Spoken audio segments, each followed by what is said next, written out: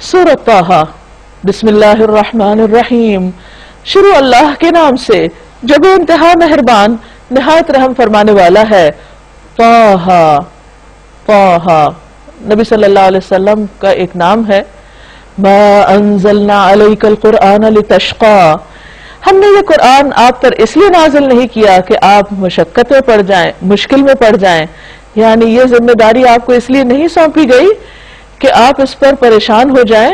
الا تذکرۃ لمن یخشیٰ، یہ تو ایک یاد دہانی ہے ہر اس شخص کے لیے جو ڈرے، یعنی یہ لوگوں تک پہنچانے کے لیے ہے، ان کے لیے ایک تذکیر ہے، لیکن آپ ان کے پیچھے نہیں پڑیں، اپنے آپ کو مت گھلائیں۔ نازل کیا گیا ہے اس ذات کی طرف سے جس نے پیدا کیا ہے زمین کو اور بلند آسمانوں کو۔ وہ رحمان، الرحمن علی العرش استویٰ، عرش پر مستوی ہے۔ لہو ما فی السماوات وما فی الارض، اسی کے لیے ہے جو آسمانوں میں ہے اور جو زمین میں۔ وما بینہما، اور جو ان دونوں کے درمیان ہے اس کا مالک بھی وہی ہے۔ وما تحت الثری، اور جو گیلی مٹی کے نیچے ہے، یعنی جو ہمیں نظر نہیں آتا، اس میں کیا کچھ خزانے اللہ نے چھپائے ہوئے ہیں، ان کا مالک بھی وہی ہے۔ وَإِن تَجْهَرْ بِالْقَوْلِ فَإِنَّهُ يَعْلَمُ السِّرَّ وَأَخْفَى، تم چاہے اپنی بات پکار کر کہو، وہ تو چپکے سے کہی بات بلکہ اس سے بھی زیادہ خفیہ بات کو جانتا ہے۔ اللہ لا الہ الا ہو، وہ اللہ ہے، اس کے سوا کوئی الہ نہیں۔ لہ الاسماء الحسنی، اسی کے لیے ہیں بہترین نام، اچھے اچھے نام۔ اور اللہ کے جو خوبصورت نام ہیں ان کے بارے میں حکم ہے کہ اس کے ساتھ اس کو پکارو، یعنی جب ہم اللہ سے دعا مانگتے ہیں تو صرف یا اللہ یا رب نہیں، بلکہ جتنی اس کی صفات ہیں، جو اس کے نام ہیں، ان کا بھی واسطہ دے کر یا ان کے ذریعے بھی اس کو پکارنا چاہیے۔ اور تمہیں کچھ موسیٰ علیہ السلام کی خبر بھی پہنچی ہے جبکہ اس نے ایک آگ دیکھی اور اپنے گھر والوں سے کہا ذرا ٹھہرو، میں نے ایک آگ دیکھی ہے۔ مدین سے واپس مصر کی طرف آتے ہوئے جب صحرائے سینا سے آپ گزر رہے تھے تو وہاں آپ نے ایک روشنی دیکھی، شاید میں تمہارے لیے ایک آدھ انگارہ لے آؤں، یا اس آگ پر مجھے راستے کے متعلق کوئی رہنمائی مل جائے کہ ہمیں اب کس طرف کو جانا ہے۔ وہاں پہنچے تو پکارا گیا، یا موسیٰ، اے موسیٰ، انی انا ربک فاخلع علیک، میں ہی تیرا رب ہوں، جوتیاں اتار دے، تو وادی مقدس طویٰ میں ہے اور میں نے تجھ کو چن لیا ہے۔ سنو جو کچھ وحی کیا جاتا ہے، یعنی جو آپ کو بتایا جا رہا ہے اس کو غور سے سنیے۔ اننی انا اللہ لا الہ الا انا فاعبدنی واقم الصلاۃ لذکری، میں ہی اللہ ہوں، میرے سوا کوئی الہ نہیں، بس تم میری بندگی کرو اور میری یاد کے لیے نماز قائم کرو۔ اب آپ دیکھیے پہلا حکم جو موسیٰ علیہ السلام کو دیا جا رہا ہے نبوت ملنے کے بعد، وہ کیا ہے؟ اللہ کی یاد، اللہ کا ذکر، صرف اٹھتے بیٹھتے نہیں بلکہ ایک مخصوص شکل میں، وقت کی پابندی کے ساتھ، نماز کی شکل میں۔ ان الساعۃ آتیۃ، قیامت کی گھڑی ضرور آنے والی ہے، تو اس کی تیاری کے لیے نماز سب سے بہترین چیز ہے۔ میں اس کا وقت مخفی رکھنا چاہتا ہوں، کسی کو نہیں پتا، تاکہ ہر شخص اپنی صحیح کے مطابق بدلہ پائے۔ بس کوئی ایسا شخص جو اس پر ایمان نہیں لاتا، یعنی آخرت کو نہیں مانتا اور اپنی خواہش نفس کا بندہ بن گیا ہے، تجھ کو اس گھڑی کی فکر سے روک نہ دے، یعنی ایسے لوگوں کی بات نہ سننا، ایسی کمپنی کو اوائڈ کرنا، کہیں وہ تمہیں اس دن سے بے خبر نہ کر دیں، بے خوف نہ کر دیں، بے فکر نہ کر دیں، ورنہ تو ہلاکت میں پڑ جائے گا۔ اب آپ دیکھیے اللہ تعالیٰ موسیٰ علیہ السلام سے یہ بات کہہ رہے ہیں جبکہ ان کو اپنے کلام کے ساتھ اتنی عزت بخش رہے ہیں اور صاف صاف بتا رہے ہیں کہ اگر یہ نہیں کیا تو پھر مشکل ہوگی۔ یہ تو نہیں کہ موسیٰ علیہ السلام کرنے والے تھے، لیکن ان کو سنا کے ہمیں بتایا جا رہا ہے کہ اللہ کی بات ہر ایک کے لیے ہے، یہ نہیں کہ جو اللہ کے پیارے ہیں ان کو اللہ تعالیٰ وہ جو چاہے کرتے رہے، ان کو ایسے ہی چھوڑ دیں گے، نہیں۔ اور اے موسیٰ یہ تیرے ہاتھ میں کیا ہے؟ موسیٰ علیہ السلام نے جواب دیا یہ میری لاٹھی ہے۔ بس اتنا ہی جواب کافی تھا، لیکن اللہ تعالیٰ سے بات بڑھانے کے لیے اور اس کو طول دینے کے لیے، کیونکہ جس سے انسان بات کرنا پسند کرتا ہے اس سے بات کو لمبا کر دیتا ہے، بعض اوقات ضرورت سے زیادہ بھی ہو جاتی ہے۔ میں اس پہ ٹیک لگا کے چلتا ہوں، اس سے اپنی بکریوں کے لیے پتے جھاڑتا ہوں، اور بھی بہت سے کام ہیں جو اس سے لیتا ہوں۔ قال القها یا موسیٰ، فرمایا پھینک دے اس کو موسیٰ. اب وہ اتنے کام کی چیز اس کو پھینک دے. اب انہوں نے آگے کوئی حجت بازی نہیں کی، کہتے فَأَلْقَاهَا، اس نے پھینک دیا، اللہ نے حکم دیا فوراً پھینک دیا. فَإِذَا هِيَ حَيَّةٌ تَسْعَىٰ، یکایک وہ ایک سانپ تھی جو دوڑ رہا تھا. موسیٰ علیہ السلام گھبرا گئے، فرمایا پکڑو اس کو اور ڈرو نہیں. پھر اللہ کا حکم. اب سوچئے کہ اگر کوئی آپ کو کہے سانپ کو پکڑ لو تو اس وقت کتنا مشکل ہوگا. بظاہر انسان سانپ کو دیکھتے تو ایک طرف بھاگ جاتا ہے. اللہ کا حکم تھا تو انہوں نے آگے بڑھ کے پکڑ لیا اس کو. اللہ تعالیٰ نے فرمایا کہ ڈرو نہیں. دین کے بہت سے احکامات جن سے ہمیں بڑا ڈر لگتا ہے کہ پتہ نہیں ہم اس طرف گئے تو کیا ہو جائے گا، لیکن بس وہ ایک دفعہ ماننے کی دیر ہوتی ہے. جب ایک دفعہ انسان وہ کر لیتا ہے کام تو پھر اس کے بعد خوف نکل جاتا ہے. وہ بندوں کا خوف ہوتا ہے بعض اوقات جس کی وجہ سے ہم کچھ کام نہیں کرتے، لیکن جب انسان یہ جان لینا یہ اللہ کا حکم ہے اور مجھے کرنا ہے، بس کرنا ہے، اور کر جائے تو بس اللہ تعالیٰ آسانی کر دیتے ہیں. فرمایا پکڑ لو اس کو، ڈرو نہیں، ہم اسے ویسا ہی کر دیں گے جیسے یہ تھی، یعنی پھر یہ عصا بن جائے گا. اور ذرا اپنا ہاتھ اپنی بغل میں دباؤ، چمکتا ہوا نکلے گا بغیر کسی تکلیف کے. اچھا بعض اوقات عصا سانپ بن جاتا ہے اور بعض اوقات ایک معمولی چیز چمک اٹھتی، یعنی دونوں پہلو ہوتے ہیں. تو ایسے میں بھی انسان ایک طرح سے اس کو انکریجمنٹ ہوتی، یعنی جب وہ اللہ کی طرف جاتا ہے تو اس کو بعض اوقات دنیا کے فائدے ہونے لگتے ہیں. لیکن ضروری نہیں کہ ہر وقت فائدے بھی ہوں، بعض اوقات مشکلات بھی ہوتی ہیں.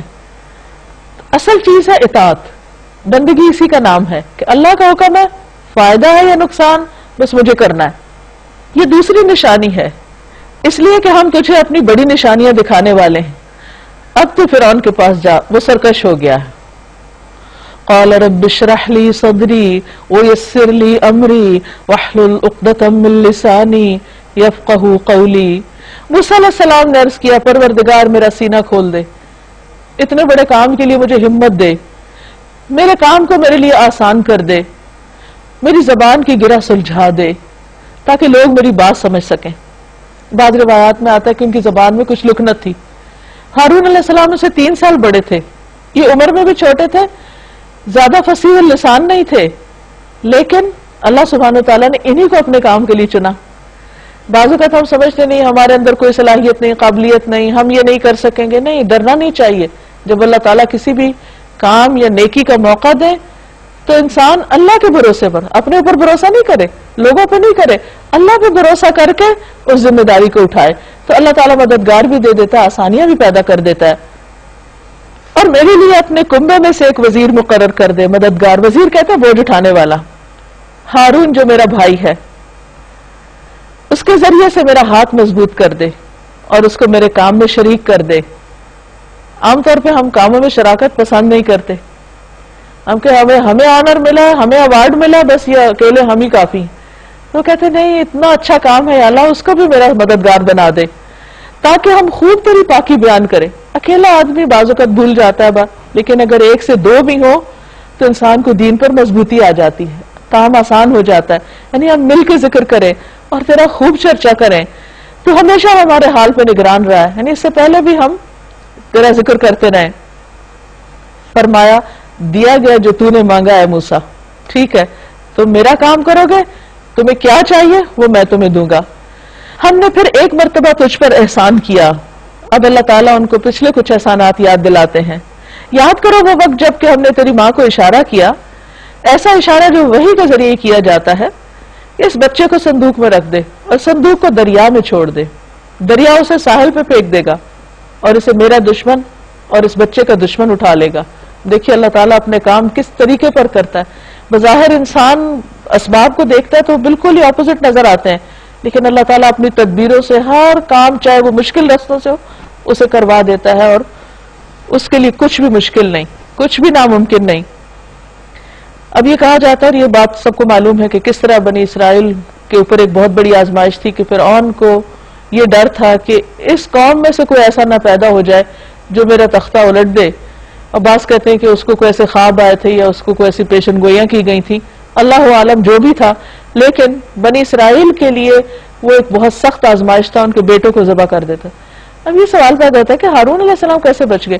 کہا جاتا ہے کہ وہ 1 سال جو بچے پیدا ہوتے ان کو چھوڑ دیتا اور دوسرے سال جو پیدا ہوتے ان کو ذبح کرتا تھا. موسیٰ علیہ السلام اتفاق سے اس سال پیدا ہوئے جب ذبح کا حکم جاری تھا, تو اس پر اللہ سبحانہ وتعالیٰ نے ان کی زندگی کا کیسے انتظام فرمایا کہ ان کی ماں کے دل میں ڈالا کہ تم اس بچے کو اپنے سے الگ کر دو. اب یہ ماں کا بھی بہت بڑا امتحان تھا. میں نے اپنی طرف سے تجھ پر محبت طاری کر دی. یعنی اللہ تعالیٰ جب کوئی کام کرانا چاہتا ہے تو اس پہ مشکل نہیں, وہ کچھ بھی کر سکتا ہے. اور ایسا انتظام کیا کہ تم میری نگرانی میں پالا جائے, اور جس کی نگرانی یا جس کا ذمہ اللہ لے لے اسے کون نقصان دے سکتا ہے. یاد کرو جب کہ تیری بہن چل رہی تھی, پھر جا کے کہتی ہے میں تمہیں اس کا پتہ دوں جو اس بچے کی پرورش اچھی طرح کرے. اس طرح ہم نے تجھے پھر تیری ماں کے پاس پہنچا دیا. یعنی وہ دودھ پلانے والی بن کر آ گئی تاکہ اس کی آنکھ ٹھنڈی رہے اور وہ رنجیدہ نہ ہو. یہ بھی انسان کا ایک ٹیسٹ ہوتا ہے بعض اوقات, کہ وقتی طور پر کوئی چیز چھن جاتی ہے تو انسان کی زندگی اندھیر ہو جاتی ہے, لیکن اللہ جانتا ہے کہ اس اندھیرے کے بعد بھی, اس رات کے بعد بھی ایک دن چڑھتا ہے, اور وہ انسان کے لیے زیادہ بہتر دن ہوتا ہے. لیکن بندے کو اس وقت سمجھ نہیں آتی.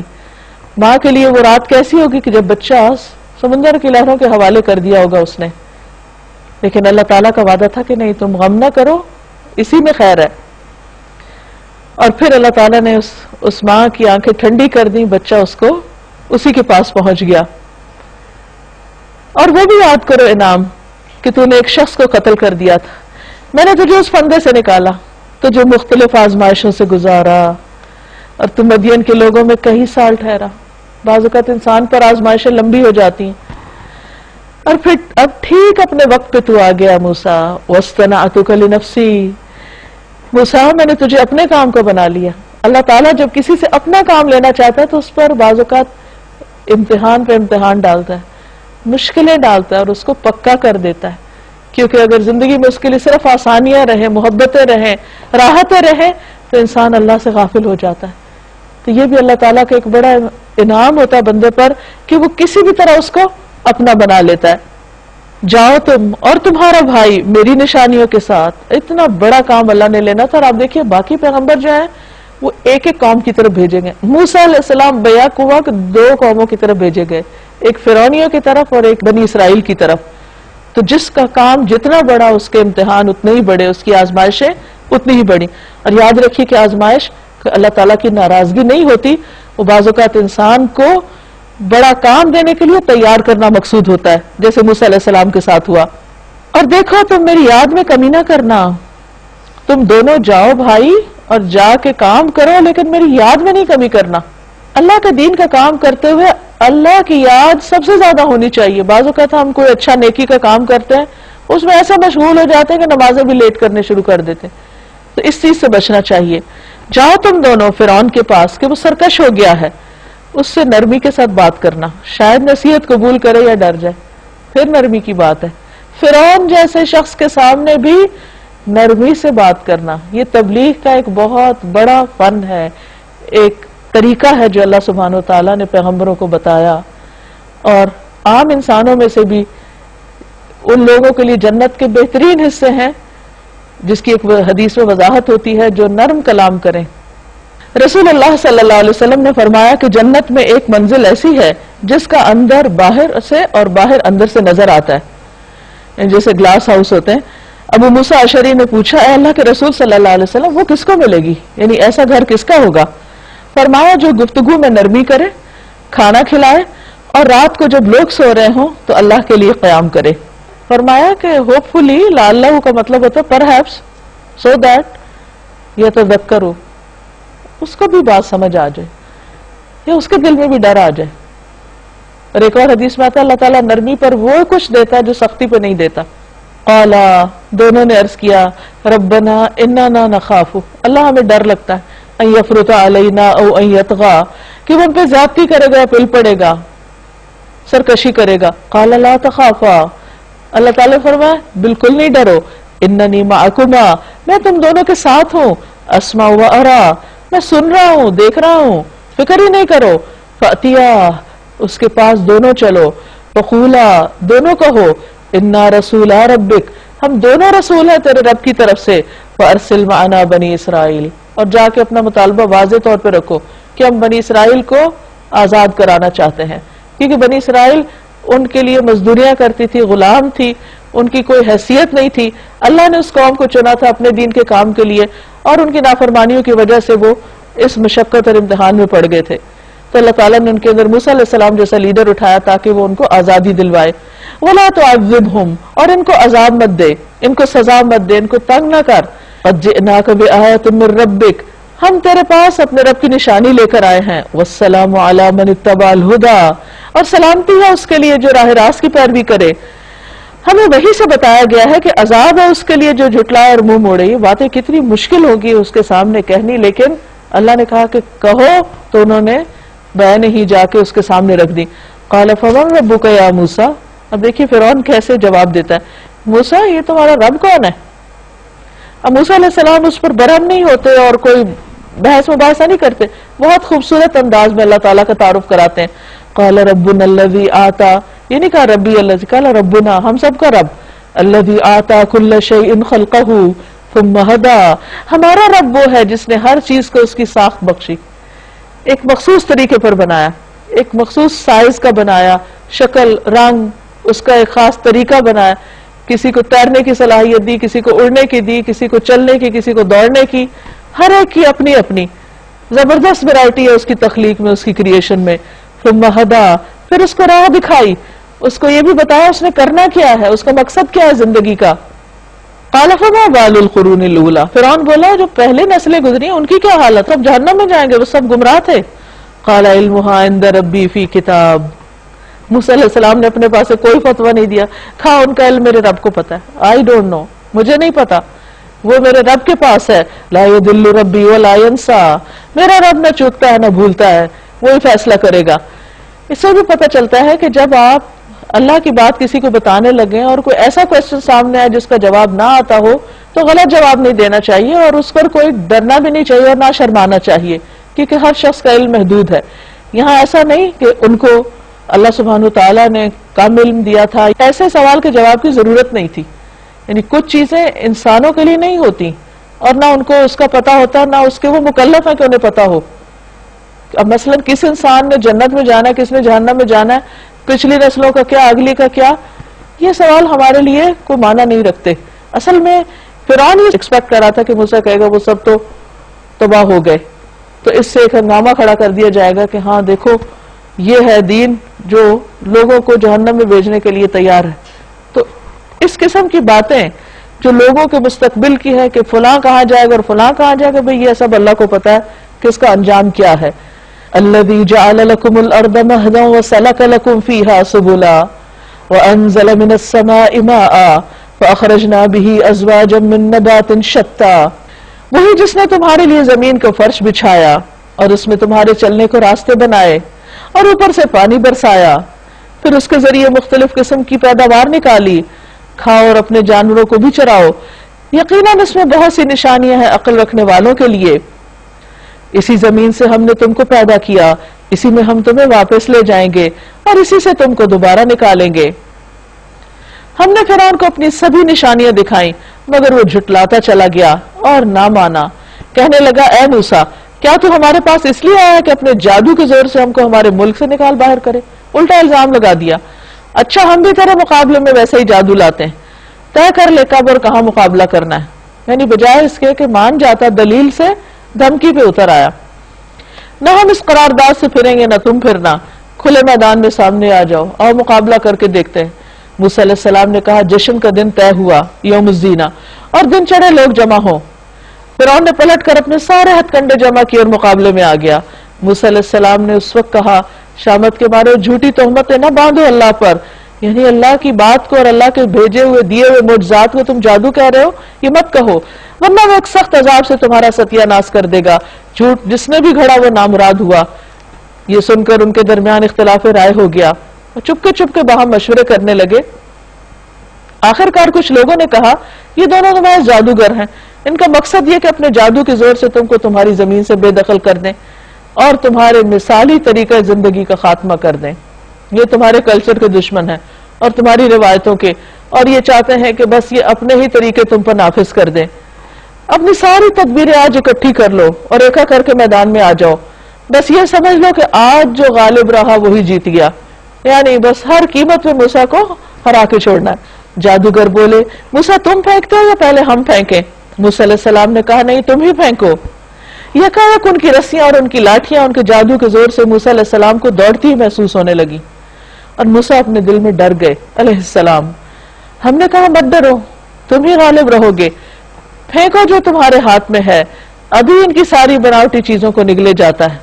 جو کچھ بنا کے لائے یہ جادوگر کا فریب ہے اور جادوگر کبھی کامیاب نہیں ہو سکتا ہاں کسی شان سے وہ آئے. اگر جادو میں کامیابی ہوتی تو دنیا کے بہت سے لوگ جادو کے بل پہ اپنے سارے کام کروا لیتے.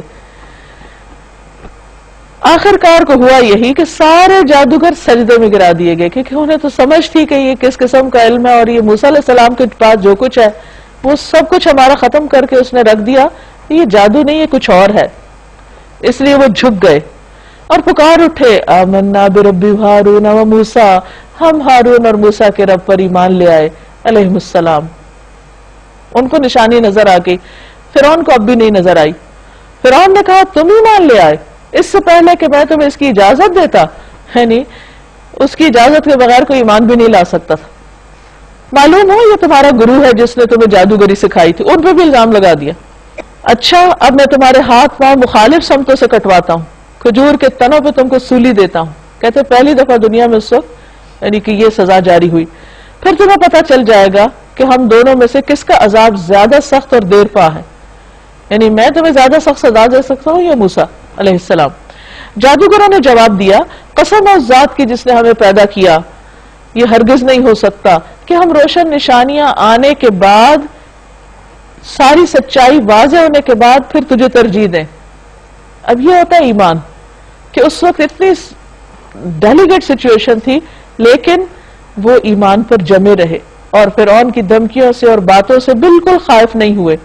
اور یہ حقیقت ہے کہ جب سچا ایمان دل میں آتا ہے نا تو پھر انسانوں کا ڈر نکل جاتا ہے.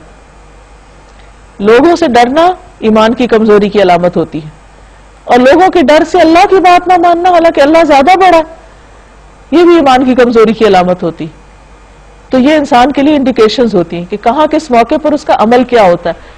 عمل انسان کو بتاتا ہے کہ وہ ایمان کے کس درجے پر کھڑا ہے. بہرحال تو جو کچھ کرنا چاہے کر لے, تو زیادہ سے زیادہ بس اسی دنیا کی زندگی کا فیصلہ کر سکتے ہیں. تو ہمیں مار ڈالے گا تو مار دے. ہم تو اپنے رب پر ایمان لے آئے تاکہ وہ ہماری خطائیں معاف کر دے اور اس جادوگری سے جس پر تو نے ہمیں مجبور کیا درگزر فرمائے. اللہ ہی اچھا ہے اور وہی باقی رہنے والا ہے. وہ سمجھدار تھے کہ اللہ کی قدرت زیادہ ہے اور وہ باقی رہنے والا ہے, ہم تو اس کا ساتھ دیں گے. تم اگر خاتمہ کرو بھی تو کوئی بات نہیں, کر دو. انہ من یأتی ربہ مجرما فإن لہ جہنم لا یموت فیہا ولا یحیا. حقیقت یہ ہے کہ جو مجرم بن کر اپنے رب کے حضور حاضر ہوگا اس کے لیے جہنم ہے. تو اس سزا کو ہم نہیں برداشت کر سکیں گے جس میں وہ نہ جیے گا نہ مرے گا. تو انہیں یہ بات سمجھ آ گئی کہ اب واپسی کا کوئی راستہ نہیں کیونکہ سزا بڑی سخت ہے. حق سامنے آ جائے اور پھر اس کا انکار کر دے انسان. اور جو اس کے حضور مومن کی حیثیت سے حاضر ہوگا جس نے نیک عمل کیے ہوں گے, ایسے سب لوگوں کے لیے بلند درجے ہیں. دنیا میں اگر کوئی نقصان ہو بھی گیا تو کوئی بات نہیں, ہمیشہ ہمیشہ کے درجات, سدا بہار باغات جن کے نیچے نہریں بہ رہی ہوں گی ان میں وہ ہمیشہ رہیں گے. یہ جزا ہے اس کی جو پاکیزگی اختیار کرے اپنی سوچ میں, اپنی گفتگو میں, اپنے رویے میں, معاملے میں, اپنے ہر طرح کی زندگی میں, اپنی ذاتی زندگی میں, اخلاقی زندگی میں, ہر جگہ پاکیزگی کے رویے پر چلے. ہم نے موسیٰ علیہ السلام پر وحی کی کہ اب راتوں رات میرے بندوں کو لے کر چل پڑو اور ان کے لیے سمندر میں سے سوکھی سڑک بنا لو تو جو کسی کے تعاقب کا ذرا خوف نہ ہو, کیونکہ معلوم تھا کہ فرعون پیچھے آ گیا تھا, اس سے مت ڈرنا.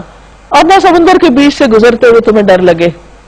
سمندر کے اندر جانا جبکہ دونوں طرف پانی نظر آ رہا ہو یہ بذات خود ایک بڑا ہی مشکل مرحلہ تھا, لیکن اللہ تعالیٰ نے تسلی دی. پیچھے سے فرعون اپنے لشکر کے ساتھ پہنچا, پھر سمندر ان پہ چھا گیا جیسا کہ چھا جانے کا حق تھا. فرعون نے اپنی قوم کو گمراہ کیا تھا, کوئی صحیح رہنمائی نہیں کی تھی. یعنی اتنی دنیا بنانے کے باوجود وہ کہاں لے آیا. آج بھی آپ دیکھیں احرام مصر, اس کی تعمیر, اس کے اندر جو کچھ وہاں سے نکلا اور جو آج بھی میوزیمز میں وہ سب گواہی کے طور پر موجود ہے, اور جو ان کی حشمت اور شان و شوکت اور دنیا کے سامان, سارے کے سارے پڑے کے پڑے رہ گئے. جس کلچر کے ختم ہونے کا انہیں ڈر تھا وہ وہیں رہ گیا اور وہ خود دنیا سے رخصت ہو گئے. سب کے سب کو لے کے نکل آیا.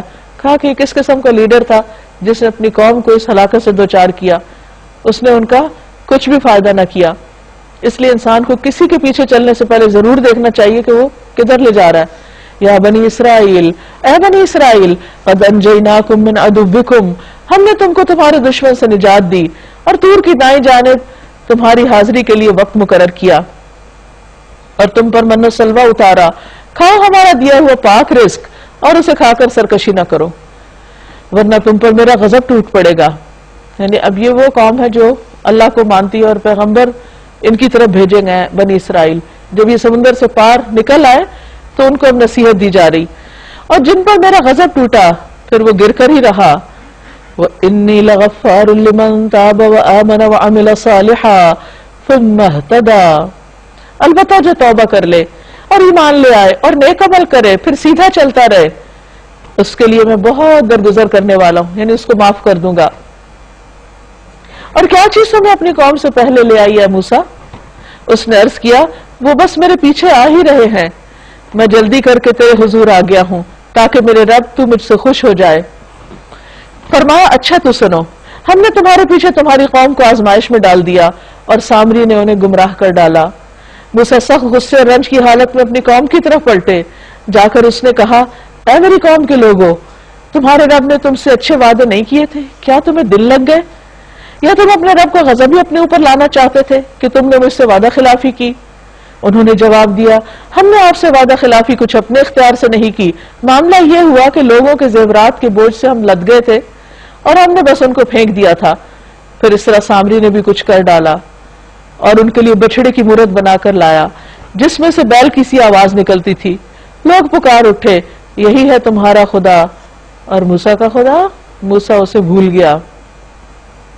کیا وہ دیکھتے نہ تھے کہ وہ ان کی بات کا جواب نہیں دیتا اور نہ ان کے نفع و نقصان کا کچھ اختیار رکھتا ہے؟ ہارون علیہ السلام موسیٰ علیہ السلام کے پہلے ہی ان سے کہہ چکے تھے، یعنی واپس آنے سے پہلے کوہ طور سے، لوگوں تم اس کی وجہ سے فتنے میں پڑ گئے ہو، تمہارا رب تو رحمان ہے، بس تم میری پیروی کرو اور میری بات مانو. مگر انہوں نے اس سے کہہ دیا کہ ہم تو اسی کی پرستش کرتے رہیں گے جب تک کہ موسیٰ واپس نہ آ جائے. اب آپ دیکھیے کہ بنی اسرائیل قوم فرعون کے ساتھ رہ کر انہی کے عادات طور طریقے سیکھ گئی اور اپنا کلچر اور اپنا دین اور اپنے آباء و اجداد کا طریقہ بھول چکی تھی. اس لیے جب اللہ تعالیٰ نے ان کو نجات بھی دے دی تو آزادی کے بعد بھی ان کو ذہنی آزادی نہیں ملی، ذہن ان کے غلام ہی تھے اور یہاں آ کر بھی انہوں نے وہی کیا جو مصر میں فرعونی کر رہے تھے، یعنی بچڑے کو معبود بنا لیا. موسیٰ علیہ السلام قوم کو ڈانٹنے کے بعد ہارون علیہ السلام کی طرف پلٹے اور بولے ہارون تم نے جب دیکھا تھا کہ یہ گمراہ ہو رہے ہیں تو کس چیز نے تمہارا ہاتھ پکڑا تھا کہ میرے طریقے پر عمل نہ کرو؟ کیا تم نے میرے حکم کی خلاف ورزی کی؟ یعنی تم تو میرے مددگار تھے، میں تمہیں اپوائنٹ کر کے گیا تھا اپنے پیچھے کہ قوم کا خیال کرنا، تو تم نے ذمہ داری کیوں نہیں نبھائی؟ ہارون علیہ السلام نے جواب دیا اے میری ماں کے بیٹے، میری داڑھی نہ پکڑ نہ میرے سر کے بال کھینچ، کیونکہ وہ بہت غصے میں تھے اس وقت کہ یہ شرک کیوں کیا قوم نے. مجھے اس بات کا ڈر تھا کہ تو آ کر کہے گا تم نے بنی اسرائیل میں پھوٹ ڈال دی اور میری بات کا پاس نہ کیا. یعنی میں نے اس لیے ان کو بہت زیادہ نہیں کہا کہ ایسا نہ ہو کہ تمہارے آنے تک یہاں کوئی اور فتنہ فساد پیدا ہو چکا ہو، تو اس لیے خاموشی اختیار کی. یعنی سمجھایا لیکن نہیں سمجھے تو پھر چھوڑ دیا. موسیٰ علیہ السلام نے کہا سامری تیرا کیا معاملہ ہے؟ اس نے جواب دیا میں نے وہ چیز دیکھی جو ان لوگوں کو نظر نہ آئی، بس میں نے رسول کے نقش قدم سے ایک مٹھی اٹھا لی اور اس کو ڈال دیا. میرے نفس نے مجھے کچھ ایسا ہی سجھایا. اب یہ کیا مٹھی تھی، کس چیز کی مٹی تھی یا کچھ اور چیز تھی، بہرحال یہ اس کی من گھڑت بات بھی ہو سکتی ہے، ایک بہانہ بھی ہو سکتا ہے، لیکن اس نے جو اسکل سیکھی ہوئی تھی بت گھڑنے کی پیچھے مصر میں، اسی سے کام لیتے ہوئے بچڑا بنایا تھا اور اس کو اس طریقے پر بنایا کہ اس کے منہ سے جب وہ ہوا گزرتی تو اس میں سے آوازیں نکلتی جیسے بچڑوں کی آواز ہوتی ہے. تو انسانوں کی عادت ہوتی ہے کہ جو بھی کوئی غیر معمولی چیزیں ہوتی ہیں ان کو دیکھ کے بڑے متاثر ہو جاتے ہیں اور ان یوزول قسم کی چیزیں لوگوں کو اپنی طرف کھینچ لیتی ہیں. تو اس پر سامری نے ساری قوم کو اپنے پیچھے لگا لیا. موسیٰ علیہ السلام نے کہا اچھا تو جا، اب زندگی بھر تجھے یہی پکارتے رہنا کہ مجھے نہ چھونا مجھے نہ چھونا، لا مساس لا مساس. اب جب تک تم زندہ رہو گے تمہیں یہ بیماری رہے گی کہ تم کسی کو اپنے پاس نہیں آنے دو گے. یہ ایک طرح سے سامری کی سزا تھی. تیرے لیے باس پر اس کا ایک وقت مقرر ہے، یعنی قیامت کا دن جو تجھ سے ہرگز نہ ٹلے گا. اور دیکھ اپنے اس خدا کو جس پر تو رجا ہوا تھا، یعنی یہ بچڑا جو سونے کا تھا، اب ہم اسے جلا ڈالیں گے، ریزہ ریزہ کر کے دریا میں بہا دیں گے. وہ کیوں؟ تاکہ اس کے کوئی آثار بھی باقی نہ رہیں، کہ لوگ پھر نہ اس کے پیچھے چل پڑے. لوگوں، تمہارا خدا تو بس ایک ہی اللہ ہے، جس کے سوا کوئی اور الہ نہیں، ہر چیز پر اس کا علم حاوی ہے. اے محمد صلی اللہ علیہ وسلم، اس طرح ہم پچھلے گزرے ہوئے حالات کی خبریں آپ کو سناتے ہیں، اور ہم نے خاص اپنے ہاتھ سے آپ کو ایک ذکر عطا کیا ہے، یہ درس نصیحت عطا کیا ہے، یعنی قرآن. جو کوئی اس سے منہ موڑے گا وہ قیامت کے روز سخت بار گناہ اٹھائے گا، اور ایسے سب لوگ ہمیشہ اس کے وبال میں گرفتار رہیں گے، اور قیامت کے دن ان کے لیے اس جرم کی ذمہ داری کا بوجھ بڑا تکلیف دہ بوجھ ہوگا. تو یہاں اب خطاب نبی صلی اللہ علیہ وسلم سے ہے، اور صاف الفاظ میں بتایا جا رہا ہے کہ جس نے اس کتاب سے منہ موڑا اس کا انجام اچھا نہ ہوگا اس دن جب کہ سور پھونکا جائے گا، اور ہم مجرموں کو اس حال میں گھیر لائیں گے کہ ان کی آنکھیں دہشت کے مارے پتھرائی ہوئی ہوں گی، خوف کے مارے. آپس میں چپ کے کہیں گے کہ دنیا میں مشکل ہی سے تم نے کوئی 10 دن گزارے ہوں گے. یہ 100 سال کی زندگی وہاں 10 دن جیسی لگے گی، اور بعض روایات میں تو صبح یا شام کا ایک پہر. ہمیں خوب معلوم ہے وہ کیا باتیں کر رہے ہوں گے. ہم یہ بھی جانتے ہیں اس وقت ان میں سے جو زیادہ سے زیادہ محتاط اندازہ لگانے والا ہوگا وہ کہے گا نہیں، تمہاری دنیا کی زندگی بس ایک دن کی زندگی تھی، یعنی 10 دن نہیں، ایک دن رہے ہو. وَيَسْأَلُونَكَ عَنِ الْجِبَالِ، یہ لوگ تم سے پوچھتے ہیں کہ آخر اس دن یہ پہاڑ کہاں چلے جائیں گے، کیونکہ بتایا گیا نا کہ زمین بالکل سپاٹ سیدھی ہو جائے گی. کہو میرا رب ان کو دھول بنا کے اڑا دے گا، اور زمین کو ایسا ہموار چٹیل میدان بنا دے گا کہ اس میں تم کوئی بل اور سلوٹ نہ دیکھو گے. اس روز سب لوگ منادی کی پکار پر سیدھے چلے آئیں گے، کوئی ذرا اکڑ نہ دکھا سکے گا، اور آوازیں رحمان کے آگے دب جائیں گی. ایک سرسراہٹ کے سوا تم کچھ نہ سنو گے، کسی کو بھی بولنے کی ہمت نہ ہوگی. اس روز سفارش کارگر نہ ہوگی الا یہ کہ رحمان کسی کو اجازت دے، اور جس کی بات وہ سننا پسند کرے بس وہی سفارش کرے گا. اور وہ لوگوں کا اگلا پچھلا سب حال جانتا ہے، اور دوسروں کو اس کا پورا علم نہیں. حقیقت یہ کہ دنیا میں کوئی طریقہ ایسا ہے ہی نہیں کہ ساری تاریخ کو بالکل پرفیکٹلی صحیح انداز میں ریکارڈ کیا جا سکے، لیکن اللہ تعالیٰ سے کچھ بھی چھپا ہوا نہیں. ماضی، حال، مستقبل، ہر چیز کا مکمل علم ہے، اور اس مکمل علم کی بنا پر وہ لوگوں کے فیصلے کرے گا. وَأَنَتِ الْوُجُوهُ لِلْحَيِّ الْقَيُّومِ، لوگوں کے سر اس حی قیوم کے آگے جھک جائیں گے. وہ رب جو زندہ ہے، ہمیشہ زندہ رہے گا، وہ جس نے کائنات کو سنبھالا ہوا ہے، جو قائم ہے، قائم رکھنے والا ہے. وَقَدْ خَابَ مَنْ حَمَلَ ظُلْمًا، نامراد ہوگا اس وقت جس نے کوئی ظلم اٹھایا ہوا ہوگا، کسی کا حق مارا ہوا ہوگا، وہ اس وقت سخت مشقت میں، مصیبت میں پڑے گا. وَمَن يَعْمَلْ مِنَ الصَّالِحَاتِ، اور جو نیک عمل کرے گا، وَهُوَ مُؤْمِنٌ، اور وہ مومن ہوگا، فَلَا يَخَافُ ظُلْمًا وَلَا هَضْمًا، تو اس کو کسی بھی ظلم یا حق تلفی کا خوف نہ ہوگا، کیونکہ اس نے کسی کا حق نہیں مارا، نہ اللہ کا نہ بندوں کا، اس نے فیئر زندگی گزاری. تو ایمان کے ساتھ جب وہ وہاں اللہ کے حضور حاضر ہوگا اپنے نامہ اعمال کے ساتھ، تو اس کے ساتھ انصاف کیا جائے گا. اور اے محمد صلی اللہ علیہ وسلم، اسی طرح ہم نے اسے قرآن عربی بنا کر نازل کیا ہے، اور اس میں طرح طرح سے تنبیہات کی ہیں، شاید لوگ غلط راستے پہ چلنے سے بچ جائیں، یا ان میں کچھ ہوش کے آثار اس کی بدولت پیدا ہو، یعنی انہیں کچھ سمجھ آ جائے بات، وہ اپنی غفلت سے باہر آ جائیں. فَتَعَالَى اللَّهُ الْمَلِكُ الْحَقِّ، بس بالا و برتر ہے اللہ بادشاہ حقیقی. وَلَا تَعْجَلْ بِالْقُرْآنِ مِن قَبْلِ أَن يُقْضَى إِلَيْكَ وَحْيُهُ، اور دیکھیے قرآن پڑھنے میں جلدی نہ کیا کریں جب تک وہ تمہاری طرف اس کی وحی تکمیل کو نہ پہنچ جائے، یعنی بات مکمل نہ ہو جائے. وَقُلْ رَبِّ زِدْنِي عِلْمًا، اور دعا کیجئے اے پروردگار مجھے مزید علم عطا کر. یعنی اللہ سبحانہ وتعالی نبی صلی اللہ علیہ وسلم کو فرما رہے ہیں کہ آپ مزید علم کی دعا کریں، حالانکہ آپ اللہ کے رسول ہیں، چنے ہوئے ہیں، سب سے بہترین انسان ہیں، لیکن آپ کے لیے بھی پسندیدہ کیا ہے کہ اور زیادہ علم میں اضافہ. تو یہاں ایک بات یہ بھی سمجھنی چاہیے کہ جو چیز اللہ تعالیٰ نے اپنے حبیب محمد صلی اللہ علیہ وسلم کے لیے پسند کی وہ سب سے بہترین ہوگی، کیونکہ آپ اللہ کے محبوب تھے.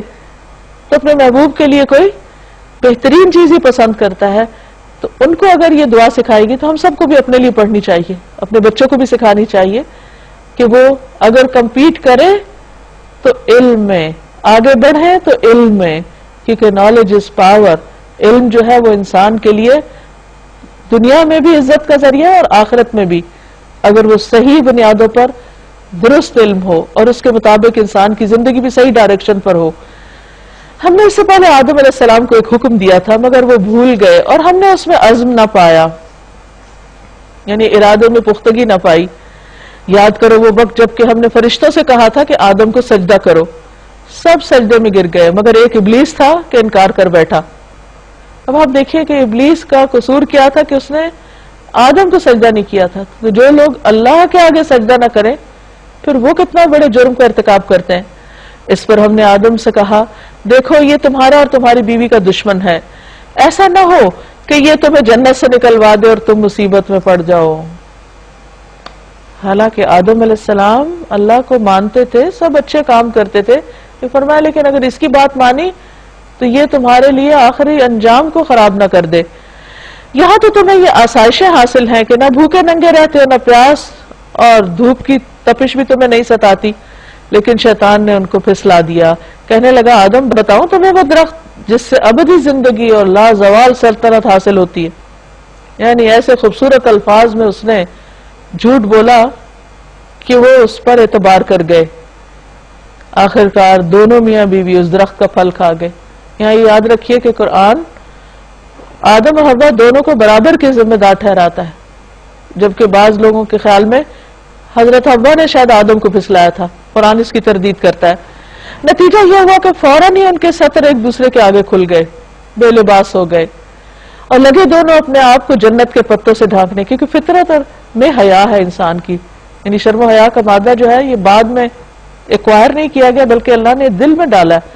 اسی لیے جب جنت کا لباس اترا تو پتوں سے خود کو چھپانے لگے. آدم نے اپنے رب کی نافرمانی کی اور سیدھی راہ سے دور ہو گئے. پھر اس کے رب نے اس کو چن لیا، اس کی توبہ قبول کر لی، اس کو ہدایت بخشی. یہ سب ہمارے لیے ایک بہترین مثال ہے کہ اگر کہیں بھی بھول جائے انسان اور شیطان کے پھسلن کی وجہ سے کہیں پھسل جائے تو پھسلا نہ رہے، بھٹکا نہ رہے، واپس پلٹے. اللہ تعالیٰ توبہ قبول کرنے والا ہے. قال اهبطا منها جميعا بعضكم لبعض عدو، فرمایا کہ یہاں سے اتر جاؤ، تم ایک دوسرے کے دشمن رہو گے. یعنی شیطان انسان کا، انسان شیطان کا. اب اگر میری طرف سے تمہیں کوئی ہدایت پہنچے، فَإِمَّا يَأْتِيَنَّكُم مِّنِّي هُدًى، میری طرف سے اگر تمہارے پاس ہدایت آئے، رہنمائی آئے، پیغمبر کی شکل میں یا کتاب کی شکل میں، فَمَن تَبِعَ هُدَايَا، تو جو میری ہدایت کی پیروی کرے، فَلَا يَضِلُّ وَلَا يَشْقَى، تو نہ وہ بھٹکے گا نہ وہ بدبخت ہوگا. انسان کی خوش قسمتی کس میں ہے؟ اللہ کی ہدایت کی پیروی کرنے میں. اس کے برعکس وَمَنْ أَعْرَضَ عَنْ ذِكْرِي، جو میرے ذکر سے منہ موڑ جائے گا، بے رخی اختیار کرے گا، منہ پھیر لے گا، فَإِنَّ لَهُ مَعِيشَةً ضَنْكَا، اس کے لیے دنیا میں تنگ زندگی ہوگی. تنگی سے مراد مال و دولت کی کمی نہیں ہے، بہت کچھ ہونے کے باوجود اس کا سینہ تنگ ہوگا، اس کی زندگی پریشان کن ہوگی. وَنَحْشُرُهُ يَوْمَ الْقِيَامَةِ أَعْمَى، قیامت کے روز ہم اسے اندھا اٹھائیں گے کیونکہ دنیا میں اندھا بنا رہا. قَالَ رَبِّ لِمَ حَشَرْتَنِي أَعْمَى، انسان بولے گا، انسان عرض کرے گا یا رب مجھے اندھا کیوں اٹھایا گیا، میں دیکھ کیوں نہیں پا رہا. وَقَدْ كُنْتُ بَصِيرًا، میں تو آنکھوں والا تھا، میں تو دیکھتا تھا. قَالَ كَذَلِكَ أَتَتْكَ آيَاتُنَا فَنَسِيتَهَا، اللہ تعالیٰ فرمائے گا ہاں اسی طرح تو ہماری آیات کو جبکہ وہ تیرے پاس آئی تھی تو نے بھلا دیا تھا. یعنی تو نے میری کتاب کو بھلائے رکھا، میری کتاب کو اگنور کیا، اس کو پیٹ پیچھے ڈال دیا. وَكَذَلِكَ الْيَوْمَ تُنْسَى، تو آج تم بھی بھلائے جاتے ہو. یعنی جیسا تم نے میرے ساتھ میری کتاب کے ساتھ سلوک کیا ویسا اب تمہارے ساتھ ہوگا. عدلے کا بدلہ ایسے کو تیسا، کوئی ظلم نہیں ہے، یہ تم سب اپنے لیے خود ہی کما کے لائے ہو. وَكَذَلِكَ نَجْزِي مَنْ أَسْرَفَ، اس طرح ہم حد سے گزرنے والے اور اپنے رب کی آیات نہ ماننے والے کو بدلہ دیتے ہیں. یعنی دنیا میں بھی اور آخرت کا عذاب زیادہ سخت اور دیر پا ہے. پھر کیا ان لوگوں کو تاریخ کے سبق سے کوئی ہدایت نہ ملی کہ ان سے پہلے کتنی ہی قوموں کو ہم ہلاک کر چکے ہیں جن کی برباد شدہ بستیوں میں آج یہ چلتے پھرتے ہیں. آثار قدیمہ کے نشان دنیا بھر میں بکھرے ہوئے ہیں. در حقیقت اس میں بہت سی نشانیاں ان لوگوں کے لیے جو عقل سلیم رکھنے والے ہیں. اگر تیرے رب کی طرف سے ایک بات پہلے طے نہ کر دی گئی ہوتی اور مہلت کی ایک مدت مقرر نہ کی جا چکی ہوتی تو ضرور ان کا بھی فیصلہ چکا دیا جاتا. پس اے محمد صلی اللہ علیہ وسلم جو باتیں یہ لوگ بناتے ہیں ان پہ صبر کیجئے اور اپنے رب کی حمد و ثنا کے ساتھ اس کی تسبیح کیجئے سورج نکلنے سے پہلے اور غروب ہونے سے پہلے. یہ فجر اور عصر کی نماز کی طرف اشارہ ہے اور یہ علاج بتایا جا رہا ہے لوگوں کی باتوں اور تکلیف دینے والے فکروں اور لوگوں کے رویوں کے مقابلے میں تم اللہ کو یاد کرو, نماز کی طرف پلٹو. اللہ تعالیٰ تمہیں ایسی استقامت اور ایسی ہمت اور طاقت دے گا کہ یہ سب غم بھول جائیں گے. شاید کہ تم راضی ہو جاؤ, یعنی اللہ کی حمد و ثنا تسبیح اللہ کے ذکر کی وجہ سے تمہارے اندر اطمینان پیدا ہو جائے گا. اور نگاہ اٹھا کے بھی نہ دیکھو دنیاوی زندگی کی اس شان و شوکت کو جو ہم نے ان میں سے مختلف قسم کے لوگوں کو دے رکھی ہے. وہ تو ہم نے انہیں آزمائش میں ڈالنے کے لیے دی ہے اور تیرے رب کا دیا ہوا رزق حلال ہی بہتر اور پائندہ تر ہے. وَأْمُرْ أَهْلَكَ بِالصَّلَاةِ وَاصْطَبِرْ عَلَيْهَا اپنے اہل و عیال کو نماز کی تلقین کرو اور خود بھی اس کے پابند رہو. یعنی جو کسی کو کام کرنے کے لیے کچھ کہے تو خود بھی کرے. ہم تم سے کوئی رزق نہیں چاہتے, رزق تو ہم تمہیں دے رہے ہیں. یعنی اللہ کو تمہاری دنیا کے رزق کی ضرورت نہیں ہے, وہ تو اللہ کا دیا ہوا ہے سب کو. اللہ نے تمہیں جس مقصد کے لیے پیدا کیا ہے وہ ہے اس کی عبادت, اس کی اطاعت, اس کی فرما برداری, اس کے ساتھ وفاداری, اور انجام کی بھلائی تقوی ہی کے لیے ہے. وہ کہتے ہیں یہ شخص اپنے رب کی طرف سے کوئی نشانی کیوں نہیں لاتا, اور کیا ان کے پاس اگلے صحیفوں کی تمام تعلیمات کا بیان واضح آ نہیں گیا؟ اگر ہم اس کے آنے سے پہلے ان کو کسی عذاب سے ہلاک کر دیتے تو پھر یہی لوگ کہتے کہ اے ہمارے پروردگار تو نے ہمارے پاس کوئی رسول کیوں نہ بھیجا کہ ذلیل و رسوا ہونے سے پہلے ہی ہم تیری آیات کی پیروی اختیار کر لیتے. قل کل متربص فتربصوا کہہ دیجئے سب انتظار کر رہے ہیں تم بھی انتظار کرو. فستعلمون پس ان قریب تم جان لوگے من اصحاب الصراط السوی ومن اهتدى کون ہے جو سیدھی راہ چلنے والے ہیں اور کون ہدایت یافتہ ہیں. یعنی آج اگر دنیا میں یہ واضح نہیں ہو رہا تو جلد ہی پتہ چل جائے گا کہ کون اللہ کے راستے پہ چل رہا ہے اور اس کا انجام اس کو بتا دے گا کہ وہ ٹھیک ہی کر کے آیا ہے. وآخر دعوانا الحمدللہ رب العالمین.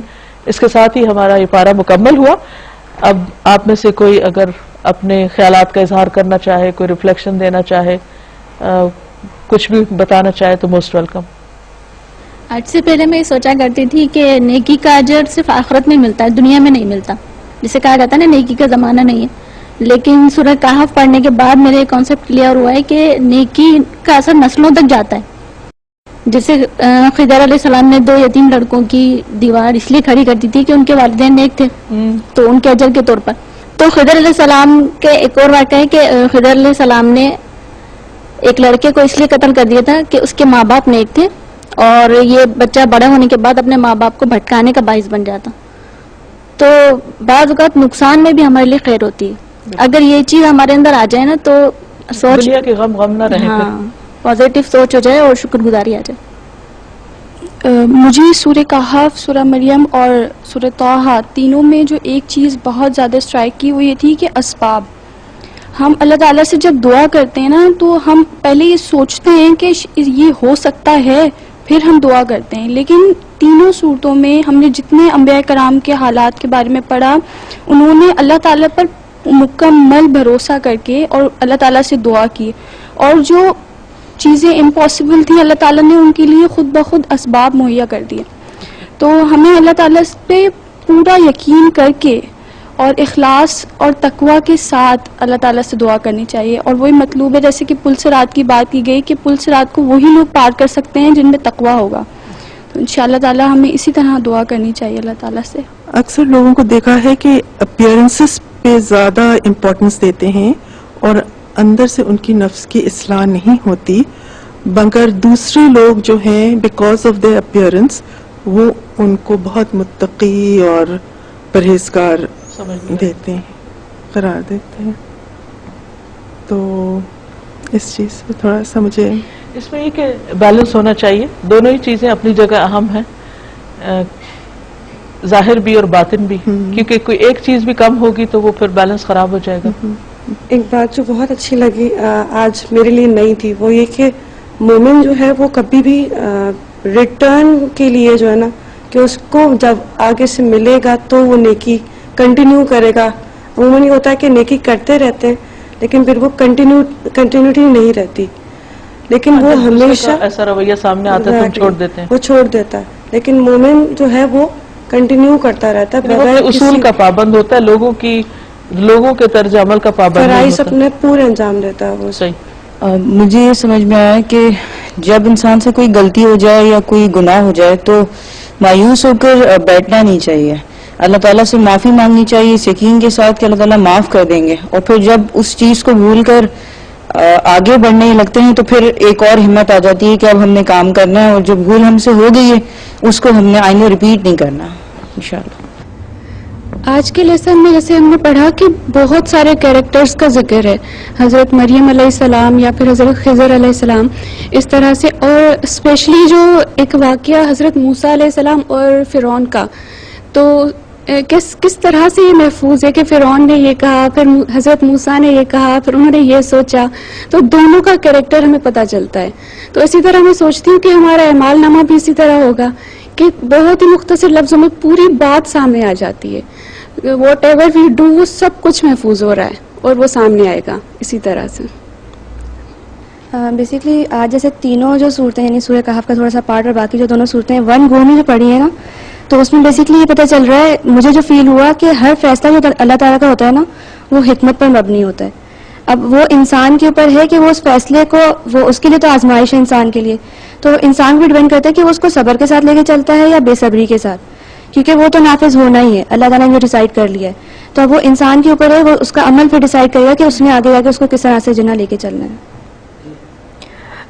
سورہ طٰہٰ میں جو ہمیں ایک پکچر سٹوری ملتی ہے حق اور باطل کی ایک جنگ, جس میں ہمارے لیے ایز ہیومن بینگز ایک بہت بڑا لیسن ہے کہ حضرت موسیٰ جب کہ نبی تھے تو ان کے دل میں جو اللہ کا خوف تھا, جو متقی تھے, اور کس طرح سے وہ ہر لمحے اللہ تعالیٰ سے مدد مانگ کے آگے بڑھے.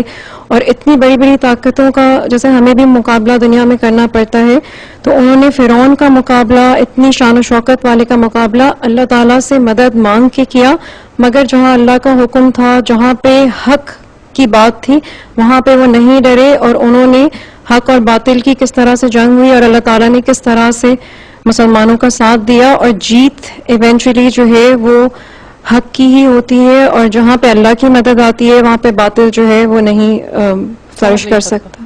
آج جتنی بھی سٹوریز پڑھی, اسپیشلی سورہ کہف اور اس کے بعد سورہ طٰہٰ اور سورہ مریم, مجھے ایسا لگ رہا تھا کہ اس میں ہماری تھنکنگ جو ہے, ہماری سوچ بہت امپورٹنٹ رول پلے کرتی ہے, کیونکہ ہم جو سوچتے ہیں وہی ہمارے آئیڈیاز اور پھر ہمارے ایکشنز بن جاتے ہیں.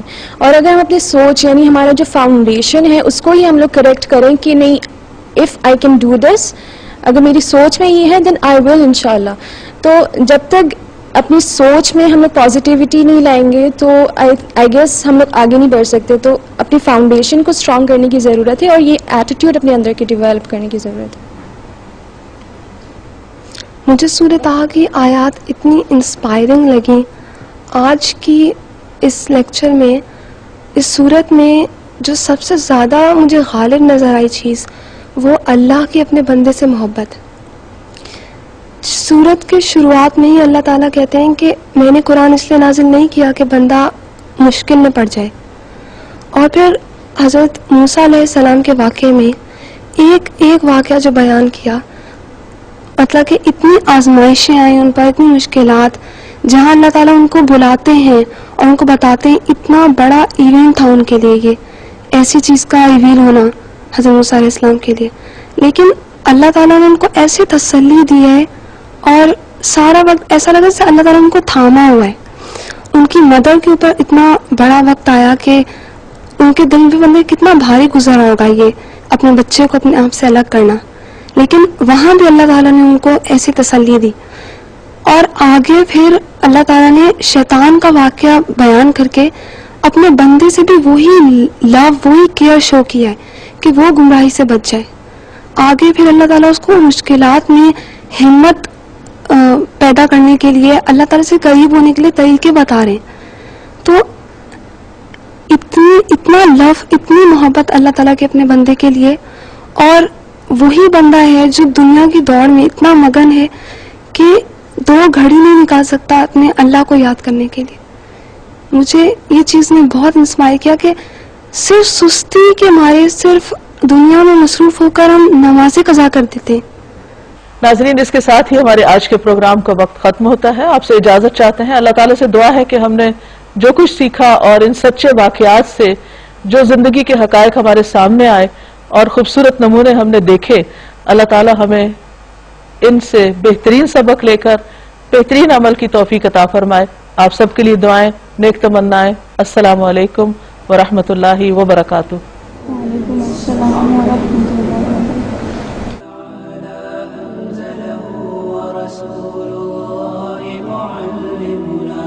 رسول الله معلمنا